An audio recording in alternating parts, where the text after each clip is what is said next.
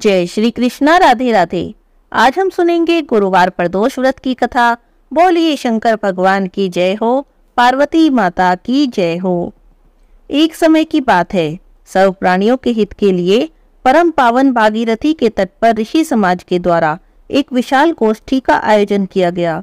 विज्ञ महर्षियों की एकत्रित सभा में व्यास जी के परम शिष्य पुराण वेता श्री सूत जी महाराज हरि कीर्तन करते हुए पधारे। सूत जी को देखते ही शौनक आदि 88,000 ऋषि मुनि खड़े हो गए और खड़े होकर उन्होंने प्रणाम किया। महाज्ञानी सूत जी ने भक्ति भाव से ऋषियों को हृदय से लगाया और खूब आशीर्वाद दिया। विद्वान ऋषिगण और उनके शिष्य आसन पर विराजमान हो गए। सभी मुनिगण विनीत भाव से पूछने लगे, हे परम दयालु, हे सूत जी महाराज, कली काल में शंकर भगवान की भक्ति किस आराधना के द्वारा उपलब्ध होगी, ये हमें बताने की कृपा करें, क्योंकि कलयुग के सभी प्राणी पाप कर्म में रत रहकर वेद शास्त्रों से विमुख रहेंगे। दीन जन अनेक कष्टों से त्रस्त रहेंगे। हे मुनिवर, कली काल में सत्कर्म की ओर किसी की रुचि न होगी। हे देव, जब पुण्य क्षीण हो जाएंगे तो मनुष्य की बुद्धि असत कर्मों की ओर खुद ब खुद प्रेरित होगी। दुर्विचारी पुरुष वंश सहित समाप्त हो जाएंगे। इस अखिल भूमंडल पर जो मनुष्य ज्ञानी होकर भी ज्ञान की शिक्षा नहीं देता, उस पर परमपिता परमेश्वर कभी प्रसन्न नहीं होते। हे महामुनि, ऐसा कौन सा उत्तम व्रत है जिसे करने से मनोवांछित फल की प्राप्ति होती है? हम पर कृपा करें और हमें विस्तार से बताइए। ऐसा सुनकर दयालु हृदय श्री सूत जी महाराज कहने लगे, हे ऋषियों, हे शौनक जी, आप धन्यवाद के पात्र हैं। आपके विचार सराहनीय और प्रशंसनीय हैं। आप वैष्णवों में अग्रगण्य हैं, क्योंकि आपके हृदय में सदा ही परहित की भावना रहती है। हे शौनक आदि ऋषियों, सुनो, मैं एक उत्तम व्रत तुमसे कहता हूँ, जिसके करने से सभी पाप नष्ट हो जाते हैं।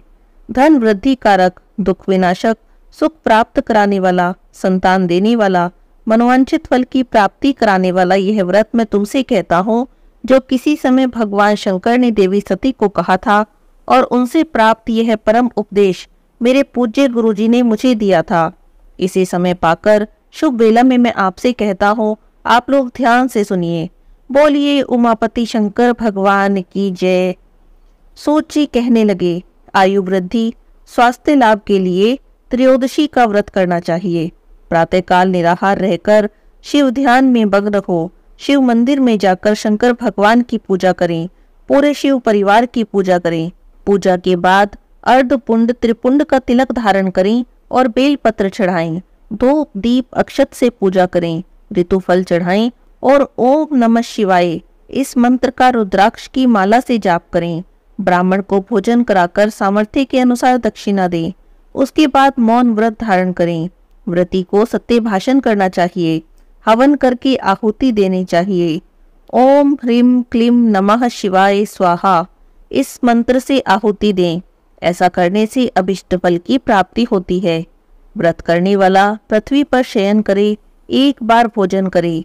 ऐसा करने से उसके सभी कार्य सिद्ध हो जाते हैं। यह व्रत सर्व सुख, धन और आरोग्य देने वाला है। इस व्रत के करने से सभी मनोरथ पूर्ण हो जाते हैं। हे ऋषिवरों, यह प्रदोष व्रत जो मैंने आपसे कहा, यह किसी समय शंकर भगवान ने देवी सती को और वेद व्यास मुनि ने मुझसे कहा था। तब शौनक जी ऋषि कहने लगे, हे महामते, आपने यह व्रत परम गोपनीय, मंगलप्रद और कष्ट निवारक बताया है। अब कृपा करके यह बताएं कि इस व्रत को पहले किसने किया और उसे किस फल की प्राप्ति हुई। सूत जी महाराज बोले, हे विचारवान ज्ञानियों, आप शिव जी के परम भक्त हैं। आपकी भक्ति को देखकर मैं व्रती पुरुषों की कथा कहता हूँ। प्रदोष व्रत जिस दिन पड़े उसी नाम से जानना चाहिए।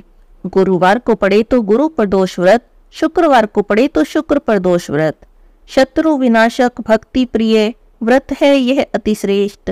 12 मास तिथि सबसे भी यह व्रत अति ज्येष्ठ। आज मैं आपसे गुरुवार प्रदोष व्रत की कथा कहता हूँ। हे ऋषियों, आप ध्यान से सुनो। एक समय वृत्तासुर नाम का एक असुर हुआ। एक बार इंद्र और वृत्तासुर में घोर युद्ध हुआ। उस समय देवताओं ने दैत्य सेना को पराजित करके नष्ट भ्रष्ट कर दिया।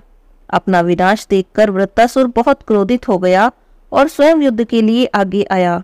मायावी असुर ने आसुरी माया से भयंकर और विकराल रूप धारण कर लिया।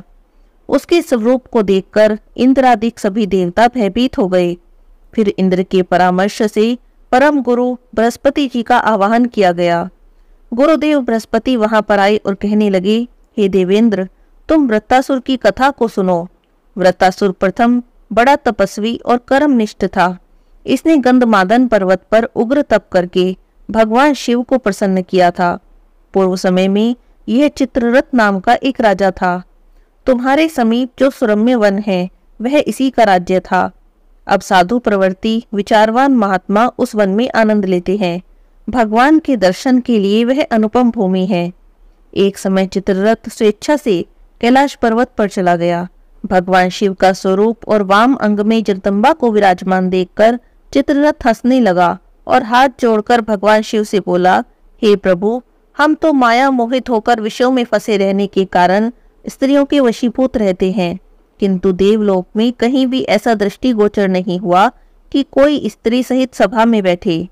चित्ररथ के ये वचन सुनकर सर्वव्यापी भगवान शिव हंसकर बोले, हे राजन, मेरा व्यवहारिक दृष्टिकोण कुछ अलग है।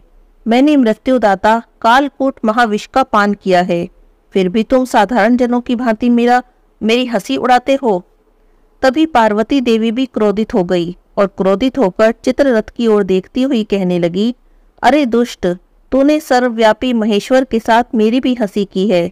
तुझे अपने कर्मों का फल भोगना ही होगा। उपस्थित सभासद महान विशुद्ध प्रकृति के शास्त्र तत्वान्वेषी हैं और सनक सनंदन आदि हैं। ये सर्व अज्ञान के नष्ट हो जाने पर शिव भक्ति में तत्पर हैं। अरे ओ मूर्ख, तू अति चतुर है, अतः मैं तुझे वह शिक्षा दूंगी कि फिर तू ऐसे संतों के मजाक का दुस्साहस ही नहीं करेगा। अब तू दैत्य रूप धारण कर और विमान से नीचे गिर। मैं तुझे श्राप देती हूँ, तू अभी पृथ्वी पर चला जा। अब जगदम्बा भवानी ने चित्ररथ को श्राप दिया। वह उसी क्षण विमान से गिरकर राक्षस योनि को प्राप्त हो गया और प्रख्यात महाअसुर के नाम से विख्यात हुआ। त्वष्टा नामक ऋषि ने उसे श्रेष्ठ तप से उत्पन्न किया और अब वही वृत्तासुर शिव भक्ति में ब्रह्मचर्य से रहा। देवगुरु बोले, हे इंद्र, इसी कारण तुम उसे नहीं जीत सकते, अतः मेरा परामर्श मानो और प्रदोष व्रत करो, जिससे कि तुम महाबलशाली दैत्य पर विजय प्राप्त कर सकोगे। गुरुदेव के वचनों को सुनकर इंद्रादिक सभी देवता बहुत प्रसन्न हुए और विधि विधान से उन्होंने गुरुवार प्रदोष के व्रत को किया। गुरुवार प्रदोष व्रत की कथा का पाठ किया। गुरुवार प्रदोष व्रत को करने से भगवान शिव प्रसन्न हुए और उन्होंने इंद्र को जीत के लिए वरदान दिया। उसके बाद इंद्र ने वृत्तासुर पर विजय प्राप्त की। बोलिए शंकर भगवान की जय हो, माता पार्वती की जय हो।